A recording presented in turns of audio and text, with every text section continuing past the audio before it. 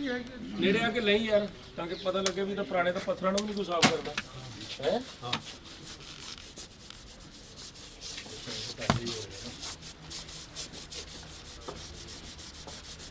आ date दिखा दे 24/2/1986 Shri Prem Gupta ji MLA सी श्रोमणी अकाली दल के ਜਦੋਂ ਦਾ ਇਹ ਨੀਂਹ ਪੱਥਰ ਹੈ।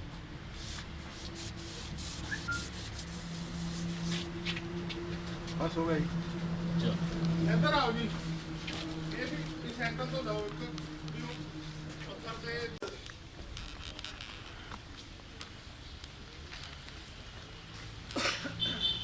ਮੁਫਤ ਦਵਾਈਆਂ ਤੇ ਮੁਫਤ ਲੈਬ ਵਾਲਾ ਜਿਹੜਾ ਸ਼੍ਰੋਮਣੀ ਅਕਾਲੀ ਦਲ ਦੀ ਸਰਕਾਰ ਵੇਲੇ 2016 ਦੇ ਵਿੱਚ ਬਣਾਈਆਂ ਸੀ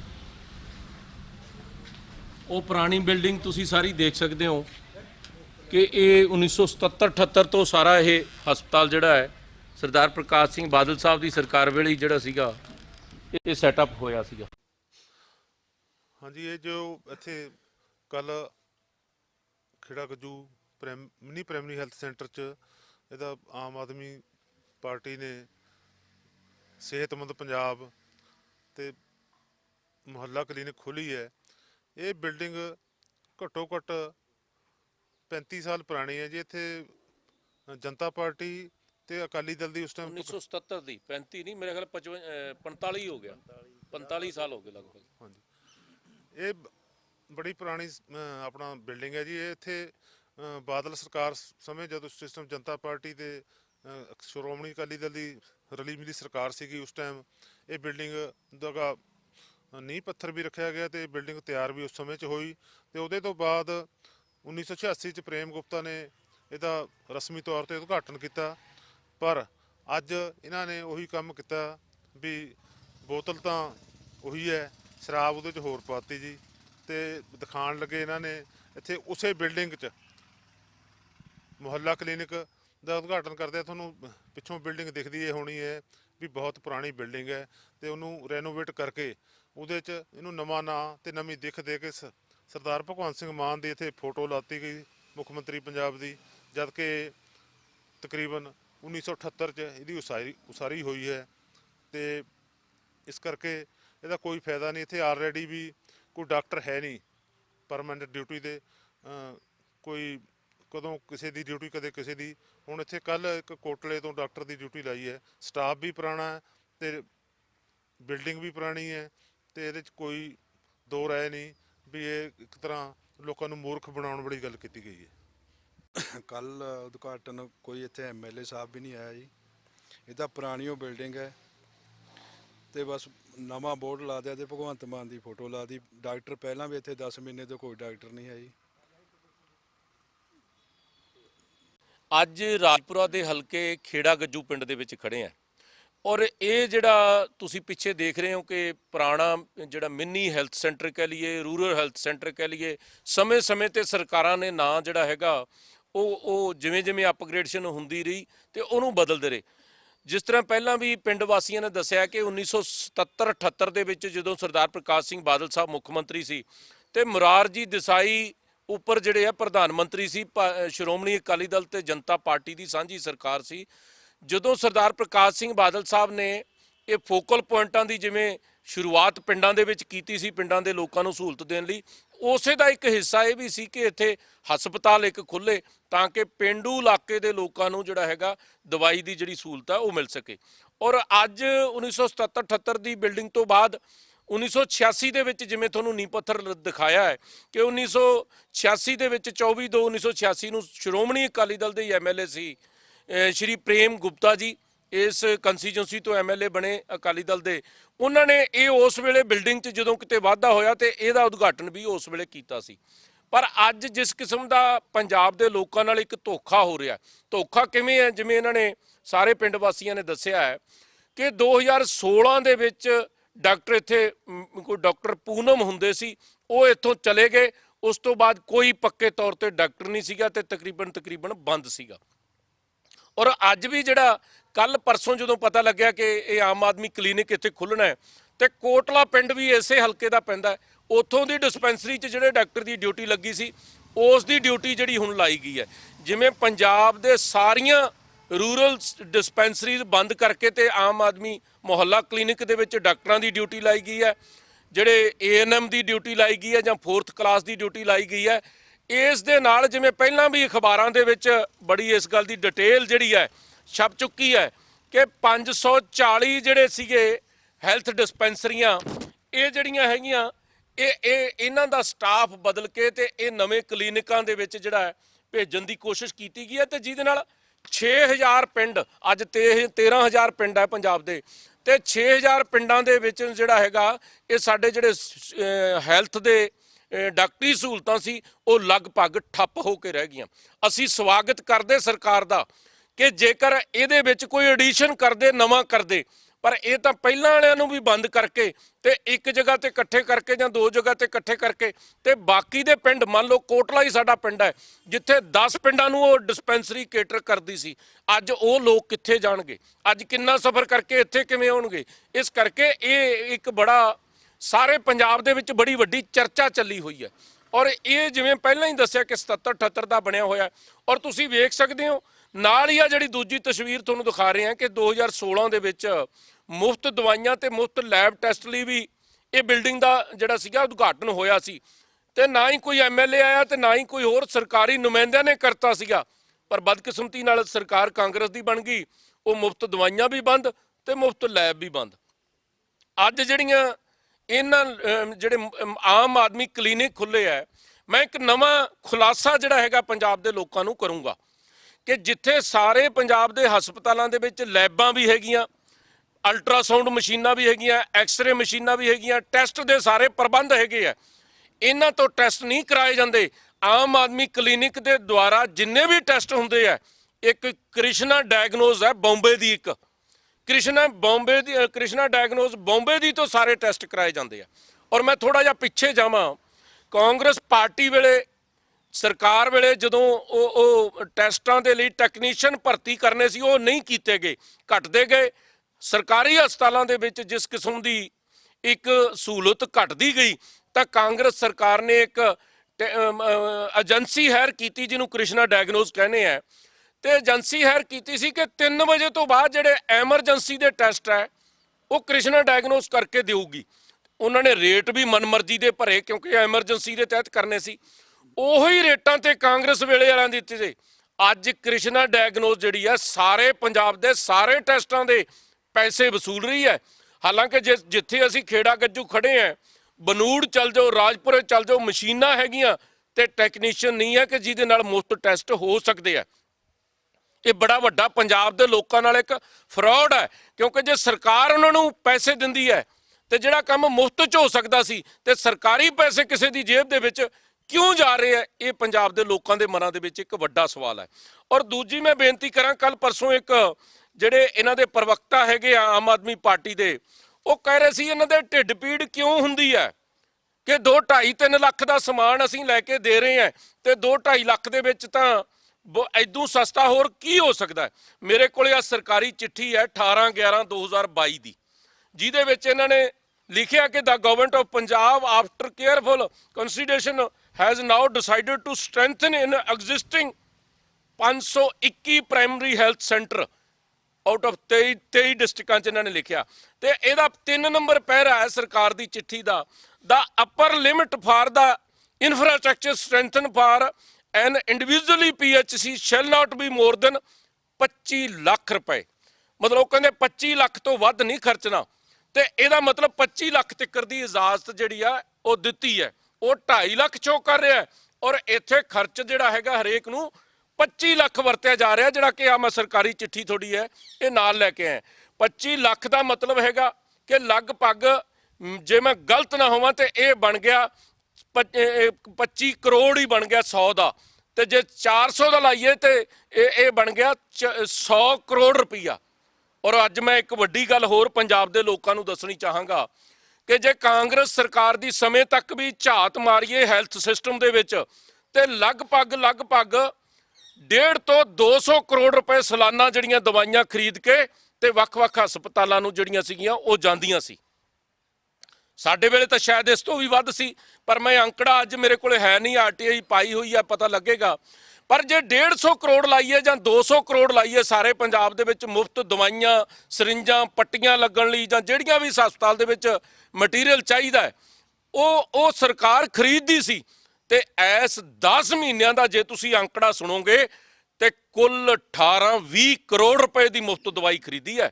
ਇਸ਼ਤਿਹਾਰਾਂ ਤੇ ਤਾਂ ਕਰੋੜਾਂ ਰੁਪਏ ਲੱਗ ਸਕਦੇ ਆ, ਪਰ ਜਿਹੜੀ ਅਸਲ ਦੇ ਵਿੱਚ ਜੇ ਮਰੀਜ਼ ਨੂੰ ਕੋਈ ਸਹੂਲਤ ਮਿਲਣੀ ਹੈ, ਅਸਲ ਦੇ ਵਿੱਚ ਜੇ ਕੋਈ ਮਰੀਜ਼ ਨੂੰ ਦਵਾਈ ਮੁਫਤ ਮਿਲਣੀ ਹੈ ਤੇ ਉਹ 10 ਮਹੀਨਿਆਂ ਦਾ ਬਜਟ ਕੁੱਲ ਭਰਾਵੋ 18-20 ਕਰੋੜ ਰੁਪਏ ਹੈ।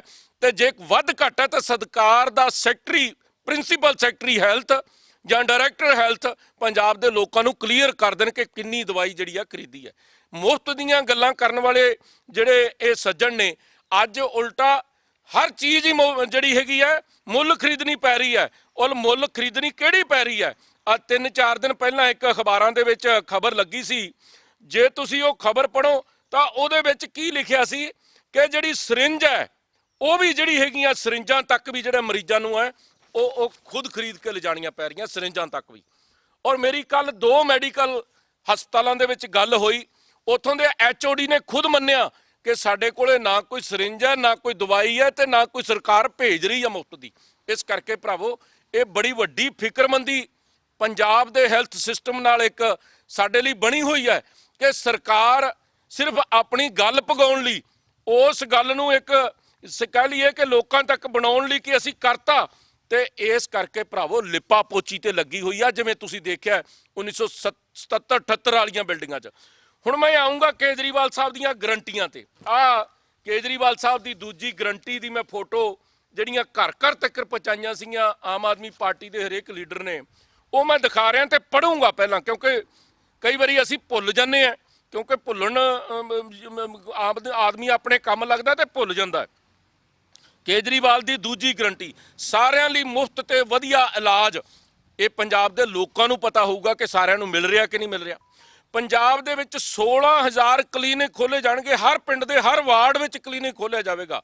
ਹੁਣ ਮੈਂ ਹੈਰਾਨ ਹੈ ਕਿ ਹਰ ਪਿੰਡ ਦੇ ਹਰ ਵਾਰਡ ਤੁਸੀਂ 541 ਕੇ 40 ਜਿਹੜੀਆਂ ਡਿਸਪੈਂਸਰੀਆਂ ਚੱਲਦੀਆਂ ਉਹ ਤਾਂ ਬੰਦ ਕਰਤੀਆਂ, ਤੇ ਅੱਗੇ ਤੁਸੀਂ ਕਿੰਨੀਆਂ ਤੇ ਕਿਵੇਂ ਖੋਲੋਗੇ?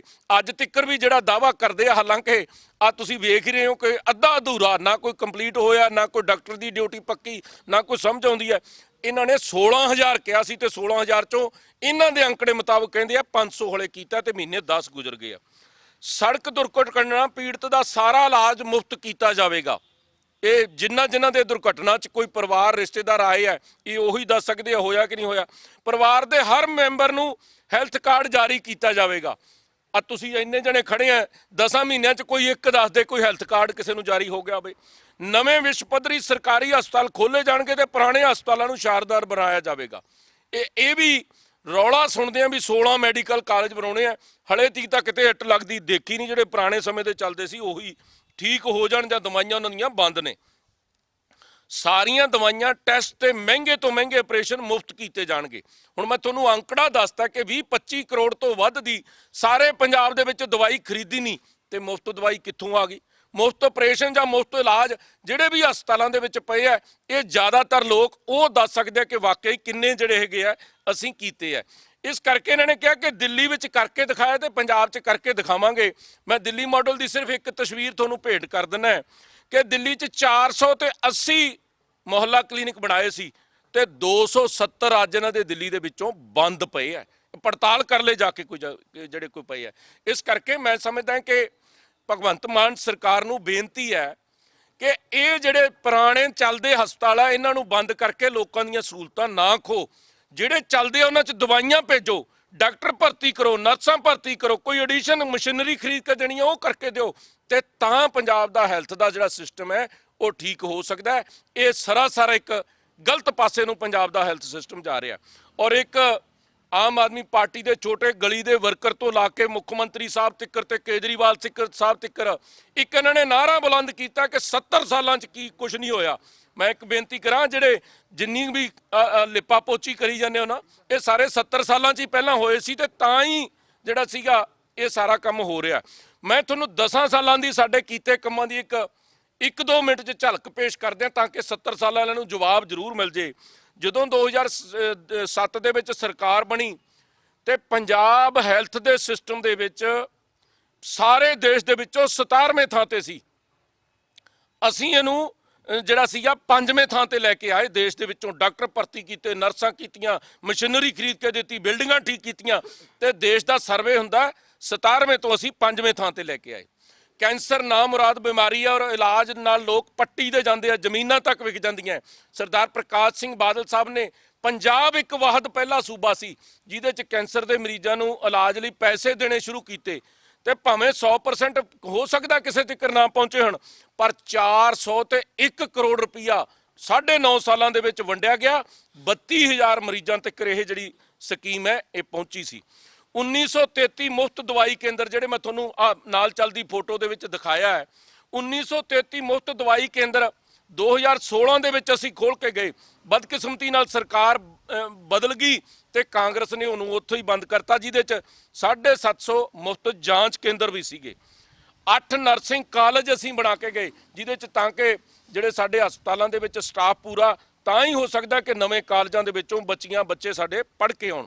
ਇਸ ਤੋਂ ਇਲਾਵਾ ਵੱਡੀਆਂ ਗੱਲਾਂ, ਬਠਿੰਡਾ ਦੇ ਵਿੱਚ ਏਮਜ਼ ਖੋਲ੍ਹਣਾ, ਸੰਗਰੂਰ ਤੇ ਫਿਰੋਜ਼ਪੁਰ ਦੇ ਵਿੱਚ PGI ਸੈਟੇਲਾਈਟ ਖੋਲ੍ਹਣਾ, ਮੈਡੀਕਲ ਸਿਟੀ ਬਣਾ ਕੇ ਮੋਹਾਲੀ ਦੇ ਵਿੱਚ ਸਾਰੇ ਮੈਡੀਕਲ ਹੱਬ ਸਥਾਪਿਤ ਕਰਨੀ, ਤੇ ਜਿਹਦਾ ਸਭ ਤੋਂ ਪਹਿਲਾ ਨੀਂਹ ਪੱਥਰ ਉਸ ਵੇਲੇ ਦੇ ਪ੍ਰਧਾਨ ਮੰਤਰੀ ਤੋਂ ਰਖਾ ਕੇ ਹੋਮੀ ਭਾਪਾ ਕੈਂਸਰ ਸੈਂਟਰ ਜਿਹੜਾ ਬਹੁਤ ਵੱਡਾ ਬਣਾਇਆ, ਤਾਂ ਕਿ ਕੈਂਸਰ ਦਾ ਜੇ ਪਹਿਲਾਂ ਤਾਂ ਸਿਰਫ ਬੀਕਾਨੇਰ ਨੂੰ ਭਜਦੇ ਸੀ ਸਾਡੇ ਰੇਲਾਂ ਤੇ ਜਾਂ ਦਿੱਲੀ ਜਾਂਦੇ ਸੀ, ਅੱਜ ਜੇ ਮੈਂ ਸਮਝਦਾ ਕਿ ਕੈਂਸਰ ਦਾ ਹਸਪੀਟਲ ਜਿਹੋ ਜਿਹਾ ਬੰਬੇ ਜਾਂ ਬੀਕਾਨੇਰ ਜਾਂ ਦਿੱਲੀ ਸੀ, ਉਦੋਂ ਵਧੀਆ ਕਿਸਮ ਦਾ ਮੋਹਾਲੀ ਦੇ ਵਿੱਚ ਸੈਟਅਪ ਕੀਤਾ। ਇਹ ਵੀ ਸਾਡੀ ਸਰਕਾਰ ਦਾ ਕਰਕੇ ਹੀ ਹੈ। ਫਿਰ ਜੇ ਦੂਜੇ ਪਾਸੇ ਮੈਂ ਗੱਲ ਕਰ ਲਾਂ ਮੈਡੀਕਲ ਹਸਪਤਾਲ ਦੀ, ਬਾਬਾ ਫਰੀਦ ਇੱਕ ਪ੍ਰਾਈਵੇਟ ਹਸਪਤਾਲ ਦੇ ਤੌਰ ਤੇ ਚੱਲਦਾ ਸੀ, ਤੇ 2007 ਦੇ ਵਿੱਚ ਸਰਦਾਰ ਪ੍ਰਕਾਸ਼ ਸਿੰਘ ਬਾਦਲ ਸਾਹਿਬ ਨੇ ਪਹਿਲਾਂ ਉਹਨੂੰ ਮੈਡੀਕਲ ਕਾਲਜ ਸਰਕਾਰੀ ਬਣਾਇਆ ਤੇ ਫਿਰ ਮੈਡੀਕਲ ਯੂਨੀਵਰਸਿਟੀ ਬਣਾਈ। ਇਹ ਵੱਖਰੀ ਗੱਲ ਹੈ ਕਿ ਅੱਜ ਤਾਂ ਉਸ ਯੂਨੀਵਰਸਿਟੀ 'ਚ VC ਦੀ ਵੀ ਇੱਜ਼ਤ ਨਹੀਂ ਹੋ ਰਹੀ, ਤੇ ਕਿਵੇਂ ਬੇਇੱਜ਼ਤ ਕਰਕੇ ਸਾਡੇ ਵਰਲਡ ਦੇ ਸਭ ਤੋਂ ਕਾਬਲ ਡਾਕਟਰ ਰਾਜ ਬਹਾਦਰ ਸਿੰਘ ਨੂੰ ਕਿਵੇਂ ਮੈਂ ਕਹੂੰਗਾ ਕਿ ਬੇਇੱਜ਼ਤ ਕਰਕੇ ਉੱਥੋਂ ਕੱਢਿਆ ਗਿਆ, ਤੇ ਕਿਵੇਂ ਉੱਥੋਂ ਦੀਆਂ ਸਹੂਲਤਾਂ ਡਗਮਗਾ ਰਹੀਆਂ, ਇਹ ਵੀ ਤੁਹਾਡੇ ਸਾਹਮਣੇ ਹੈ। ਪਿਮਸ ਜਲੰਧਰ ਦੇ ਵਿੱਚ ਮੈਡੀਕਲ ਹਸਪਤਾਲ, ਇਸ ਤਰ੍ਹਾਂ ਕਰਕੇ ਬਹੁਤ ਕੁਝ ਸਟਰੈਂਥਨ ਕਰਨ ਦੀ ਜਿਹੜੀ ਹੈ ਉਹ ਕੋਸ਼ਿਸ਼ ਕੀਤੀ ਹੈ। 100 ਬੈੱਡ ਦਾ ਕੈਂਸਰ ਦਾ ਹਸਪਤਾਲ ਬਠਿੰਡੇ ਬਣਾਇਆ, ਔਰ ਇਹ ਮੈਂ ਇੱਕ ਹੋਰ ਕਹਿ ਦਿਆਂ ਕਿ 108 ਐਂਬੂਲੈਂਸ ਦਾ ਜ਼ਿਕਰ ਕਰਨਾ ਬਣਦਾ ਹੈ, ਕਿਉਂਕਿ ਪਹਿਲਾਂ ਐਂਬੂਲੈਂਸ ਦੀ ਸਹੂਲਤ ਨਹੀਂ ਸੀ। ਇਹ ਸਾਡੀ ਸਰਕਾਰ ਵੇਲੇ ਸਹੂਲਤ ਸੀਗੀ ਕਿ ਤੁਸੀਂ ਟੈਲੀਫੋਨ ਕਰੋ ਔਰ 15 ਮਿੰਟਾਂ ਦੇ ਵਿੱਚ ਐਂਬੂਲੈਂਸ ਤੁਹਾਡੇ ਬਾਰ ਤੇ ਹੁੰਦੀ ਸੀ, ਪੰਜਾਬ ਦੇ ਕਿਸੇ ਵੀ ਕੋਨੇ ਦੇ ਵਿੱਚ ਕਰੋ। ਉਹਦੇ ਤੇ ਫੋਟੋ ਇੱਕ ਪਾਸੇ ਪ੍ਰਧਾਨ ਮੰਤਰੀ ਸਾਹਿਬ, ਇੱਕ ਪਾਸੇ ਮੁੱਖ ਮੰਤਰੀ ਸਾਹਿਬ ਦੀ ਲੱਗੀ ਸੀ ਤੇ ਬੜੀ ਚਰਚਾ ਹੋਈ ਸੀ। ਤੇ ਅੱਜ ਫੋਟੋ ਸਰਕਾਰੀ ਬਿਲਡਿੰਗਾਂ ਤੇ, ਸਰਕਾਰੀ ਕੰਮਾਂ ਤੇ ਕਦੇ ਕੋਈ ਫੋਟੋਆਂ ਲੱਗਦੀਆਂ ਨਹੀਂ ਦੇਖੀਆਂ। ਵਾਟਰ ਬਾਕਸ ਬਣਿਆ 1978 ਦਾ, ਫਿਰ ਇਹਦੇ ਤੇ ਵੀ ਫੋਟੋ ਬਾਦਲ ਸਾਹਿਬ ਲਾ ਜਾਂਦੇ ਆਪਦੀ। ਨਹੀਂ, ਜੇ ਐਂਬੂਲੈਂਸ ਤੇ ਲੱਗੀ ਸੀ, ਚਰਚਾ ਬੜੀ ਕੀਤੀ ਸੀ ਮੌਜੂਦਾ ਮੁੱਖ ਮੰਤਰੀ ਸਾਹਿਬ ਨੇ, ਤੇ ਅੱਜ ਹਰ ਥਾਂ ਤੇ ਹੀ ਲੱਗੀ ਜਾਂਦੀਆਂ। ਇਸ ਕਰਕੇ ਇਹ ਵੀ ਤੁਹਾਡੇ ਸਾਹਮਣੇ ਹੈ। ਔਰ 104 ਨੰਬਰ ਅਸੀਂ ਸ਼ੁਰੂ ਕੀਤਾ ਸੀ ਮੈਡੀਕਲ ਹੈਲਥ ਲਾਈਨ ਦਾ। ਘਰੇ ਬੈਠੇ ਵੀ ਜਿਵੇਂ ਕਿਸੇ ਡਾਕਟਰ ਦੀ ਸਲਾਹ ਲੈਣੀ ਹੈ ਤੇ ਉਹ ਵੀ ਲੈ ਸਕਦੇ ਸੀ, ਬਦਕਿਸਮਤੀ ਨਾਲ ਕਾਂਗਰਸ ਦੀ ਸਰਕਾਰ ਆਉਣ ਤੇ ਉਹ ਵੀ ਬੰਦ ਹੋ ਗਿਆ। ਦੇਸ਼ 'ਚ ਇੱਕ ਸਭ ਤੋਂ ਪਹਿਲਾ ਕੰਮ ਇੱਕ ਹੋਰ ਕੀਤਾ ਸੀ ਸੁਖਬੀਰ ਸਿੰਘ ਬਾਦਲ ਸਾਹਿਬ ਦੀ ਸੋਚ ਸਦਕਾ, ਕਿ 50,000 ਰੁਪਏ ਤੱਕ ਦਾ ਮੁਫਤ ਇਲਾਜ ਹਰੇਕ ਪਰਿਵਾਰ ਦੇ ਲਈ, ਉਹਦੀ ਪੈਸੇ ਜਿਹੜੇ ਇੰਸ਼ੋਰੈਂਸ ਦੇ ਆ ਉਹ ਸਰਕਾਰ ਦਿੰਦੀ ਸੀ, ਤੇ 50,000 ਰੁਪਏ ਦਾ ਮੁਫਤ ਇਲਾਜ ਜਿਹੜਾ ਉਹ ਸਾਡੇ ਪੰਜਾਬ ਸੂਬੇ ਤੋਂ ਸ਼ੁਰੂਆਤ ਹੋਈ ਸੀ। ਤੇ ਫਿਰ ਉਸ ਤੋਂ ਬਾਅਦ ਨਕਲ ਮਾਰ ਕੇ ਕੇਂਦਰ ਦੀ ਸਰਕਾਰ ਨੇ, ਮੋਦੀ ਸਾਹਿਬ ਦੀ ਮੌਜੂਦਾ ਸਰਕਾਰ ਨੇ ਜਿਹੜਾ 5 ਲੱਖ ਦਾ ਕੀਤਾ, ਇਹ ਉਸ ਦੀ ਦੇਣ ਹੈ ਜਿਹੜਾ ਪੰਜਾਬ ਦੇ ਵਿੱਚੋਂ ਸ਼ੁਰੂ ਹੋਇਆ ਸੀ। ਇਸੇ ਕਰਕੇ ਜੇ ਕੋਈ ਦੁਰਘਟਨਾ ਹੋ ਜਾਂਦੀ ਸੀ ਤਾਂ ਫਿਰ ਉਹਨੂੰ ਜਿਹੜਾ ਹੈਗਾ ਉਹ 5 ਲੱਖ ਰੁਪਏ ਤੱਕ ਵੀ ਮਿਲਦਾ ਸੀ। ਇਸ ਕਰਕੇ ਇਹ ਸਾਰੀਆਂ ਗੱਲਾਂ ਮੈਂ ਜਿਹੜੀਆਂ ਕੁਝ ਮੇਰੇ ਧਿਆਨ 'ਚ ਨੇ, ਡਾਕਟਰ ਕਿੰਨੇ ਭਰਤੀ ਕੀਤੇ, ਨਰਸਾਂ ਕਿੰਨੀਆਂ ਭਰਤੀ ਕੀਤੀਆਂ, ਨਵੀਆਂ ਬਿਲਡਿੰਗਾਂ ਕਿੰਨੀਆਂ ਬਣਾਈਆਂ, ਮੈਂ ਉਹਦੀ ਡਿਟੇਲ 'ਚ ਨਹੀਂ ਜਾਂਦਾ, ਬਹੁਤ ਲੰਮੀ ਲਿਸਟ ਹੈ। ਔਰ ਮੈਂ ਜਿੰਨੇ ਵੀ ਆ ਸੈਂਟਰ ਬਣੇ ਸੀ ਪਹਿਲਾਂ, ਇਹਦੇ ਉੱਤੇ ਮੈਂ ਇੱਕ ਬੇਨਤੀ ਕਰਦਿਆਂ ਕਿ ਸੈਂਟਰ ਸਰਕਾਰ ਦੀ ਸਕੀਮ ਦੇ ਅਧੀਨ NRHM ਜਿਹੜਾ ਨੈਸ਼ਨਲ ਸਾਡੇ ਫੰਡ ਹੈਗੇ ਆ, ਉਹਨਾਂ ਦੇ ਵਿੱਚੋਂ ਬਿਲਡਿੰਗਾਂ ਬਣੀਆਂ ਸੀ। ਇਹਨਾਂ ਦੇ ਤਾਂ ਨਾਮ ਤਬਦੀਲੀ ਵੀ ਨਹੀਂ ਹੋ ਸਕਦੇ, ਜਿਵੇਂ ਧੜਾ ਨਾਮ ਚੇਂਜ ਹੋ ਰਿਹਾ। ਇਸ ਕਰਕੇ ਇਹ ਬੜੀ ਮੰਦਭਾਗੀ ਗੱਲ ਹੈ ਕਿ ਜਿਹੜਾ ਇੱਕ ਪਾਸਿਓਂ ਪੁਰਾਣੀਆਂ ਸਰਕਾਰਾਂ ਦੇ ਕੀਤੇ ਕੰਮ ਦੇ ਵਿੱਚ ਜੇ 100 ਕਰੋੜ ਦੀ ਦਵਾਈ ਖਰੀਦੀ ਹੁੰਦੀ ਤਾਂ ਤੁਸੀਂ ਅੰਦਾਜ਼ਾ ਲਾਓ ਕਿ ਕਿੰਨੇ ਲੋਕਾਂ ਦਾ ਇਲਾਜ ਹੋ ਸਕਦਾ ਹੈ।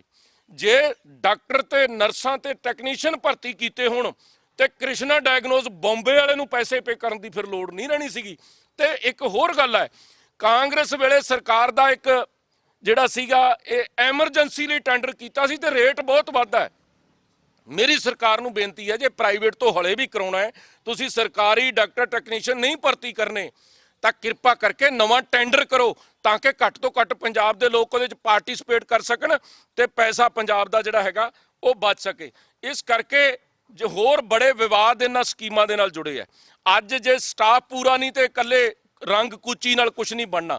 ਔਰ 25 ਲੱਖ ਰੁਪਏ ਦਾ ਕੀ ਕੰਮ ਹੋਇਆ, ਮੈਨੂੰ ਲੱਗਦਾ ਪਿੰਡ ਵਾਲੇ ਤਸਦੀਕ ਕਰ ਦੇਣਗੇ ਕਿ ਕੀ ਕੰਮ ਹੋਇਆ ਕੀ ਨਹੀਂ ਹੋਇਆ। ਇਹ ਬਹੁਤ ਵੱਡਾ ਇੱਕ ਆਉਣ ਵਾਲੇ ਦਿਨਾਂ ਦੇ ਵਿੱਚ ਮੈਂ ਸਮਝਦਾ ਕਿ ਪੰਜਾਬ ਦੀ ਸਿਆਸਤ ਦੇ ਵਿੱਚ ਚਰਚਾ ਦਾ ਵਿਸ਼ਾ ਬਣਨਾ ਹੈ ਕਿ ਤੁਸੀਂ ਨਵਾਂ ਤਾਂ ਕੁਝ ਕਰ ਨਹੀਂ ਰਹੇ ਔਰ ਪੁਰਾਣੇ ਨੂੰ ਢਾਹ ਕੇ ਆਪਣੇ ਨਾਮ ਕਰ ਰਹੇ ਹੋ। ਇਹ ਮੇਰਾ ਖਿਆਲ ਹੈ ਕਿਸੇ ਦੇ ਗਲੇ ਨਹੀਂ ਉਤਰਨ ਵਾਲੀ ਗੱਲ।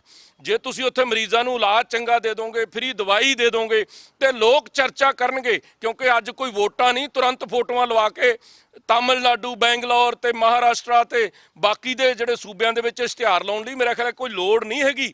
ਪਰ ਇਹ ਕਿਉਂ ਕਰ ਰਹੀ ਹੈ ਸਰਕਾਰ, ਇਹਦੇ ਪਿੱਛੇ ਕਾਰਨ ਕੀ ਹੈ, ਇਹ ਸਰਕਾਰ ਨੂੰ ਸਪਸ਼ਟ ਕਰਨਾ ਪਊਗਾ। ਔਰ ਇੱਕ ਸਭ ਤੋਂ ਵੱਡੀ ਨਿੰਦਣਯੋਗ ਗੱਲ ਹੈ ਕਿ ਜਦੋਂ 300 ਸਾਲਾ ਸੀ ਪੰਜਾਬ ਦੇ ਵਿੱਚ ਵੱਡੀ ਪੱਧਰ ਤੇ ਮਨਾਇਆ ਸਾਹਿਬ ਪ੍ਰਕਾਸ਼ ਸਿੰਘ ਬਾਦਲ ਸਾਹਿਬ ਮੁੱਖ ਮੰਤਰੀ ਹੁੰਦੇ ਸੀਗੇ, ਤਾਂ ਇੱਕ ਫੈਸਲਾ ਹੋਇਆ ਸੀ 1999 ਦੇ ਵਿੱਚ ਕਿ ਪੰਜੇ ਪਿਆਰੇ ਜਿਨ੍ਹਾਂ ਨੇ ਧੰਨ ਧੰਨ ਸਾਹਿਬ ਸ੍ਰੀ ਗੁਰੂ ਗੋਬਿੰਦ ਸਿੰਘ ਸਾਹਿਬ ਜੀ ਨੂੰ ਆਪਣਾ ਪਹਿਲੇ ਸੀਸ ਭੇਟ ਕਰਕੇ ਤੇ ਖਾਲਸਾ ਪੰਥ ਦੀ ਸਥਾਪਨਾ ਜਿਹੜੀ ਹੈ ਅਨੰਦਪੁਰ ਸਾਹਿਬ ਦੀ ਧਰਤੀ ਤੋਂ ਹੋਈ ਸੀ, ਉਹਨਾਂ ਪੰਜੇ ਪਿਆਰਿਆਂ ਦੇ ਨਾਂ ਤੇ ਇੱਕ ਸੈਟੇਲਾਈਟ ਹਸਪੀਟਲ ਬਣੇ ਸੀ ਤੇ ਪੰਜੇ ਅੰਮ੍ਰਿਤਸਰ ਸਾਹਿਬ ਦੀ ਧਰਤੀ ਤੇ ਸੀਗੇ। ਤੇ ਪਿਛਲੇ ਦਿਨਾਂ ਦੇ ਵਿੱਚ ਇਸੇ ਆਪਦੇ 400 ਦੀ ਗਿਣਤੀ ਪੂਰੀ ਕਰਨ ਦੇ ਮੈਂ ਕਹੂੰਗਾ ਕਿ ਸਰਕਾਰ ਨਸ਼ੇ ਦੇ ਵਿੱਚ ਉਹਨਾਂ ਦੇ ਜਿਹੜਾ ਨਾਮ ਸੀਗਾ ਉਹਨੂੰ ਵੀ ਬਦਲ ਦਿੱਤਾ ਗਿਆ। ਤੇ ਜਦੋਂ ਪਿੰਡ ਵਾਲੇ ਨਿਹੰਗ ਸਿੰਘ ਜਥੇਬੰਦੀਆਂ ਉੱਥੇ ਸਾਰੇ ਖੜੇ ਹੋਏ ਤਾਂ ਫਿਰ ਉਹਨੂੰ ਜਿਹੜਾ ਸੀਗਾ ਉਹਨੂੰ ਤਬਦੀਲੀ ਕਰਕੇ ਤੇ ਫਿਰ ਛੋਟਾ ਕਰਕੇ ਫਿਰ ਨਾਂ ਲਿਖ ਦਿੱਤਾ ਗਿਆ। ਮੈਂ ਸਮਝਦਾ ਕਿ ਇਹ ਧਾਰਮਿਕ ਤੌਰ ਤੇ ਬੜੀ ਵੱਡੀ ਸੱਟ ਹੈ। ਇਹ ਮੌਜੂਦਾ ਜਿਹੜੀ ਸਰਕਾਰ ਹੈ, ਮੈਂ ਇਹਨੂੰ ਬੇਨਤੀ ਕਰੂੰਗਾ ਕਿ ਜਿਹੜੇ ਸਾਡੇ ਧਾਰਮਿਕ ਚਿੰਨ੍ਹ ਹੁੰਦੇ ਆ ਇਹਨਾਂ ਦੇ ਨਾਲ ਛੇੜਛਾੜ ਕੋਈ ਨਹੀਂ ਕਰ ਸਕਦਾ ਤੇ ਖਾਸ ਕਰਕੇ ਸਿੱਖ ਮੁੱਖ ਮੰਤਰੀ ਨਹੀਂ ਕਰ ਸਕਦਾ। ਇਹ ਦਿੱਲੀ ਤੋਂ ਚੱਲਦੀਆਂ ਜਿਹੜੀਆਂ ਸਰਕਾਰਾਂ ਹੈ ਇਹ ਉਹਦਾ ਨਤੀਜਾ ਤੁਹਾਡੇ ਸਾਹਮਣੇ ਹੈ। Punjab health system corporation Bhai Sahib Singh satellite hospital Fatehpur, ਤੇ ਉਸ ਤੋਂ ਬਾਅਦ ਨਾਲ ਦੂਜੀ ਤਸਵੀਰ ਹੈ ਜਦੋਂ ਲੋਕਲ ਪੱਧਰ ਤੇ ਸੰਗਤ ਨੇ ਵਿਦਰੋਹ ਕੀਤਾ ਤੇ ਫਿਰ ਜਿਹੜਾ ਸੀਗਾ ਉੱਤੇ ਨਾਮ ਲਿਖ ਦਿੱਤਾ ਗਿਆ। ਫਿਰ ਜਿਹੜਾ ਸੀਗਾ ਹੇਠਾਂ ਉੱਤੇ ਕਰਕੇ ਦੋ ਲਿਖਤੇ ਤੇ ਫਿਰ ਦੋਹਾਂ ਦੇ ਵਿੱਚ ਵੀ ਇਹ ਹੈ ਵੀ ਉੱਪਰ ਵੀ ਛੋਟਾ ਤੇ ਥੱਲੇ ਵੀ ਛੋਟਾ। ਇਸ ਕਰਕੇ ਜਿੱਥੇ ਘੱਟੋ ਘੱਟ ਪੰਜ ਪਿਆਰਿਆਂ ਦੀ ਗੱਲ ਆ ਗਈ, ਮੇਰੀ ਮੁੱਖ ਮੰਤਰੀ ਸਾਹਿਬ ਨੂੰ ਨਿੱਜੀ ਅਪੀਲ ਹੈ ਕਿ ਕਿਰਪਾ ਕਰਕੇ ਘੱਟੋ ਘੱਟ ਉੱਥੇ ਤਾਂ ਆਪਾਂ ਫੋਟੋ ਜਾਂ ਪਾਰਟੀ ਦਾ ਨਾਂ ਨਾ ਲਿਖੀਏ। ਇੱਕ ਮੈਂ ਇਹ ਬੇਨਤੀ ਕਰਾਂ ਕਿ ਆ ਤੁਹਾਡੇ ਸਾਹਮਣੇ ਹੈ ਆਮ ਆਦਮੀ ਕਲੀਨਿਕ। ਕੱਲ ਨੂੰ ਜਦੋਂ ਇਲੈਕਸ਼ਨ ਆਉਣਾ ਸਾਰੀਆਂ ਪਾਰਟੀਆਂ ਨੇ ਸ਼ਿਕਾਇਤ ਕਰਨੀ ਹੈ ਤੇ ਇਲੈਕਸ਼ਨ ਕਮਿਸ਼ਨ ਨੇ ਕਾਲੇ ਰੰਗ ਦੀ ਕੂਚੀ ਮਿੰਟ ਦੇ ਵਿੱਚ ਹੀ ਮਾਰ ਦੇਣੀ ਹੈ ਸਣੇ ਫੋਟੋ ਤੇ। ਕਦੇ ਕਿਸੇ ਸਰਕਾਰ ਨੇ ਆਪਦੀ ਪਾਰਟੀ ਦੇ ਨਾਂ ਤੇ ਇਹ ਫੋਕਲ ਪੁਆਇੰਟ 1977-78 ਦੇ ਵਿੱਚ ਬਣੇ, ਬਾਦਲ ਸਾਹਿਬ ਨੇ ਤਾਂ ਨਹੀਂ ਲਿਖਿਆ ਵੀ ਅਕਾਲੀ ਫੋਕਲ ਪੁਆਇੰਟ, ਜੇ ਲਿਖੀ ਹੈ ਤਾਂ ਕਿਸੇ ਨੇ ਦੱਸ ਦਿਓ, ਜਾਂ ਕਿਸੇ ਨੇ ਕਾਂਗਰਸ ਨੇ ਕੋਈ ਸਕੀਮ ਬਣਾਈ ਹੋਵੇ ਤੇ ਉਹਨੇ ਲਿਖਤਾ ਹੋਵੇ ਵੀ ਇਹ ਕਾਂਗਰਸੀ ਸਕੀਮ ਹੈ। ਇਸ ਕਰਕੇ ਪਹਿਲੀ ਸਰਕਾਰ ਹੈ ਜਿਹੜੀ ਆਪਦੀ ਪਾਰਟੀ ਦੇ ਨਾਂ ਤੇ ਸਕੀਮਾਂ ਦਾ ਨਾਂ ਧਰੀ ਜਾਂਦੀ ਹੈ ਤੇ ਇਲੈਕਸ਼ਨ ਕਮਿਸ਼ਨ ਨੇ ਆਉਂਦਿਆਂ ਸਾਰੇ ਦੇ ਤੇ ਕੂਚੀਆਂ ਮਾਰਨੀਆਂ ਤੇ ਫਿਰ ਜਿਹੜਾ ਸਰਕਾਰ ਦਾ ਪੈਸਾ ਲੱਗਿਆ ਇਹ ਜਾਇਆ ਜਾਣਾ। ਇਸ ਕਰਕੇ ਅੱਜ ਇਹਨਾਂ ਮੁਹੱਲਾ ਕਲੀਨਿਕਾਂ ਦੇ ਵਿੱਚੋਂ ਇੱਕ ਪੰਜਾਬ ਦੇ ਲੋਕਾਂ 'ਚ ਮੈਸੇਜ ਜਾ ਰਿਹਾ ਹੈ ਕਿ ਜਿਹੜੀ ਪਹਿਲਾਂ ਮਿਲਦੀ ਸਹੂਲਤ ਸੀ ਉਹਨੂੰ ਸੱਟ ਵੱਜ ਰਹੀ ਹੈ ਤੇ ਨਵਾਂ ਕੁਝ ਉਪਲਬਧ ਹੋਣ ਨੂੰ ਹੈ ਨਹੀਂਗਾ। ਇਸ ਕਰਕੇ ਸਰਕਾਰ ਤੋਂ ਮੰਗ ਕਰਦੇ ਆ ਕਿ ਜਿਹੜੀਆਂ ਵੀ 540 ਡਿਸਪੈਂਸਰੀਆਂ ਜਾਂ ਰੂਰਲ ਹੈਲਥ ਸੈਂਟਰ ਜਾਂ ਸਬ ਸੈਂਟਰ ਜਿਹੜੇ ਵੀ ਬੰਦ ਹੋਏ ਆ, ਜਿਨ੍ਹਾਂ ਦਾ ਸਟਾਫ ਬਦਲ ਕੇ ਖੱਬੇ ਸੱਜੇ ਕੀਤਾ ਹੈ, ਕਿਰਪਾ ਕਰਕੇ ਤੁਰੰਤ ਉਹ ਵਾਪਸ ਭੇਜਿਆ ਜਾਵੇ। ਦੂਸਰਾ ਸਭ ਤੋਂ ਵੱਡੀ ਗੱਲ ਹੈ ਕਿ ਜਿੰਨੀ 2-250 ਕਰੋੜ ਦੀਆਂ ਜਿੰਨੀਆਂ ਵੀ ਪਿਛਲੀਆਂ ਸਰਕਾਰਾਂ ਦਵਾਈ ਖਰੀਦੀਆਂ ਸੀ, ਜਾਂ ਘੱਟੋ ਘੱਟ ਇਹ ਕਿਉਂ ਲਿਮਟ ਹੋਵੇ ਕਿ 2-250 ਖਰੀਦੀਏ। ਤੁਸੀਂ ਵਾਅਦਾ ਕੀਤਾ ਕਿ ਸਭ ਨੂੰ ਮੁਫਤ ਦਵਾਈ ਦੇਵਾਂਗੇ ਤੇ ਦਵਾਈ ਇੰਨੀ ਬਾਫਰ ਖਰੀਦ ਕੇ ਰੱਖੋ, ਇੰਨੀ ਹਰ ਹਸਪਤਾਲ ਦੇ ਵਿੱਚ ਹੋਣੀ ਚਾਹੀਦੀ ਹੈ ਕਿ ਕਿਸੇ ਨੂੰ ਪਰਚੀ ਲੈ ਕੇ ਤੇ ਦਵਾਈ ਮੁੱਲ ਖਰੀਦਣੀ ਨਾ ਪਵੇ। ਦੂਜੀ ਬੇਨਤੀ ਇਹ ਹੈ। ਤੀਜੀ ਬੇਨਤੀ ਇਹ ਹੈ ਕਿ ਸ਼ਾਰਟ ਭਾਵੇਂ 10 ਦਿਨ ਦੇ ਨੋਟਿਸ ਤੇ ਤੁਸੀਂ ਡਾਕਟਰ ਭਰਤੀ ਕਰੋ, ਨਰਸਾਂ ਭਰਤੀ ਕਰੋ, ਏਐਨਐਮ ਭਰਤੀ ਕਰੋ, ਟੈਕਨੀਸ਼ੀਅਨ ਭਰਤੀ ਕਰੋ ਤੇ ਕ੍ਰਿਸ਼ਨਾ ਡਾਇਗਨੋਜ਼ ਵਰਗਿਆਂ ਨੂੰ ਪੈਸੇ ਦੇਣੇ ਜਿਹੜੇ ਹੈਗੇ ਆ ਉਹ ਆਟੋਮੈਟਿਕਲੀ ਬੰਦ ਹੋ ਜਾਣਗੇ। ਪੰਜਾਬ ਦਾ ਭਲਾ ਹੋਊਗਾ। ਇਸ ਕਰਕੇ ਸਾਡੀ ਸਰਕਾਰ ਨੂੰ ਸੁਝਾਅ ਹੈ, ਬੇਨਤੀ ਹੈ, ਹਾਲਾਂਕਿ ਮੌਜੂਦਾ ਸਰਕਾਰ ਤੇ ਮੁੱਖ ਮੰਤਰੀ ਸਾਹਿਬ ਜਦੋਂ ਕੋਈ ਵਿਰੋਧੀ ਪਾਰਟੀ ਦਾ ਇਨਸਾਨ ਬੋਲਦਾ ਹੈ ਜਾਂ ਵਿਰੋਧੀ ਪਾਰਟੀਆਂ ਬੋਲਦੀਆਂ ਹੈ ਤਾਂ ਬਹੁਤ ਗੁੱਸੇ 'ਚ ਆਉਂਦੇ ਆ। ਮੇਰੀ ਇੱਕ ਮੁੱਖ ਮੰਤਰੀ ਨੂੰ ਅਪੀਲ ਤੇ ਬੇਨਤੀ ਹੈ ਕਿ ਜਿਹੜਾ ਮੁੱਖ ਮੰਤਰੀ ਹੁੰਦਾ ਉਹ ਚੁਣਿਆ ਹੋਇਆ ਸਭ ਦਾ ਸਾਂਝਾ ਹੁੰਦਾ ਹੈ, ਤੇ ਜੇ ਕੋਈ ਕਮੀ ਪੇਸ਼ੀ ਹੈ ਤੇ ਉਹ ਜਨਤਾ ਦੇ ਰੂਪ 'ਚ ਸਾਰਿਆਂ ਨੇ ਤੁਹਾਡੇ ਧਿਆਨ 'ਚ ਲਿਆਉਣੀ ਹੈ। ਤੁਸੀਂ ਉਹਦੇ ਤੋਂ ਸਿੱਖ ਕੇ ਉਹਦੇ 'ਚ ਕੁਛ ਨਾ ਕੁਛ ਸਕੋ ਦੀ ਸੁਧਾਰ ਕਰ ਸਕਦੇ ਹੋ। ਸੋ ਮੈਂ ਇੰਨੀ ਕੁ ਬੇਨਤੀ ਕਰਦਾ ਹੋਇਆ ਅੱਜ ਇਹ ਜਿਹੜੇ ਪੁਰਾਣੀਆਂ ਡਿਸਪੈਂਸਰੀਆਂ ਜਾਂ ਰੂਰਲ ਹੈਲਥ ਸੈਂਟਰ ਬੰਦ ਕਰਕੇ ਇਹ ਜਿਹੜਾ ਇੱਕ ਸਿਰਫ ਤੇ ਸਿਰਫ ਡਰਾਮੇਬਾਜ਼ੀ ਹੋ ਰਹੀ ਹੈ ਕੇਜਰੀਵਾਲ ਸਾਹਿਬ ਦੀ ਟੀਮ ਦੁਆਰਾ ਕੀਤੀ ਜਾ ਰਹੀ ਹੈ, ਇਹਦੀ ਅਸੀਂ ਨਿੰਦਾ ਕਰਦੇ ਹਾਂ ਔਰ ਉਮੀਦ ਕਰਦੇ ਹਾਂ ਕਿ ਆਉਣ ਵਾਲੇ ਦਿਨਾਂ ਦੇ ਵਿੱਚ ਜਿਹੜੀਆਂ ਮੰਗਾਂ ਅਸੀਂ ਰੱਖੀਆਂ ਉਹਦਾ ਸੁਧਾਰ ਕਰਨਗੇ ਔਰ ਪੰਜਾਬ ਦੇ ਲੋਕਾਂ ਨੂੰ ਮੁਫਤ ਜਿਹੜੀ ਸਾਰੀ ਸਹੂਲਤ ਦੇਣ ਦੇ ਲਈ ਪਾਬੰਦ ਹੋਣਗੇ।